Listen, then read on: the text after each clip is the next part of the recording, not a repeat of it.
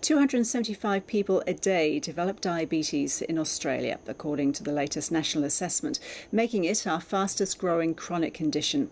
The report predicts that by 2025, 3 million people will have type 2 diabetes, triple the number who have it now.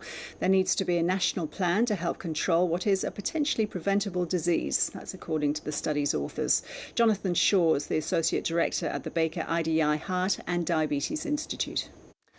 Well, the increasing numbers of people with diabetes are mainly due to the changes in lifestyle that we've witnessed over the last 30 or 40 years and that continue to occur.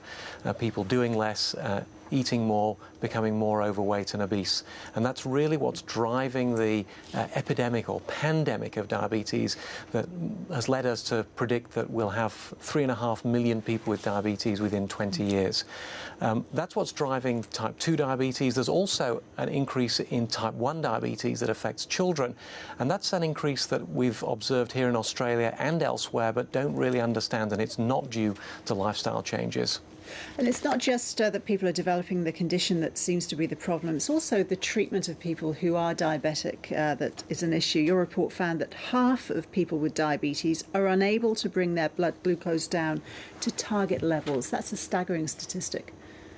Yes, it is a challenge for people to be able to do this. It involves changes in their lifestyle. It involves being very careful with what they eat and their exercise and taking medication. But it also involves a lot of effort and coordination on behalf of healthcare services. And one of the things that I think is apparent from the report and from all these figures is that what we really need is a much better coordination of all the different efforts and all the different agencies that are involved that range from the individual themselves with diabetes to the doctor, to the health service, to the allied health professionals who can provide so much assistance with diabetes. What are some of the problems that diabetics have if their condition isn't properly handled?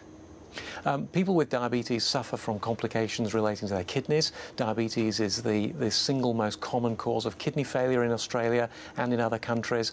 It causes amputations of the feet and the legs and blindness. But probably the most common complications to occur are heart attacks and strokes. A lot of people don't recognise that.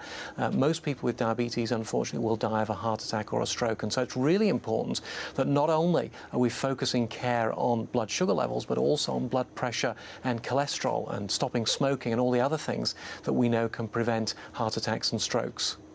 Jonathan Shaw, thank you. Thank you.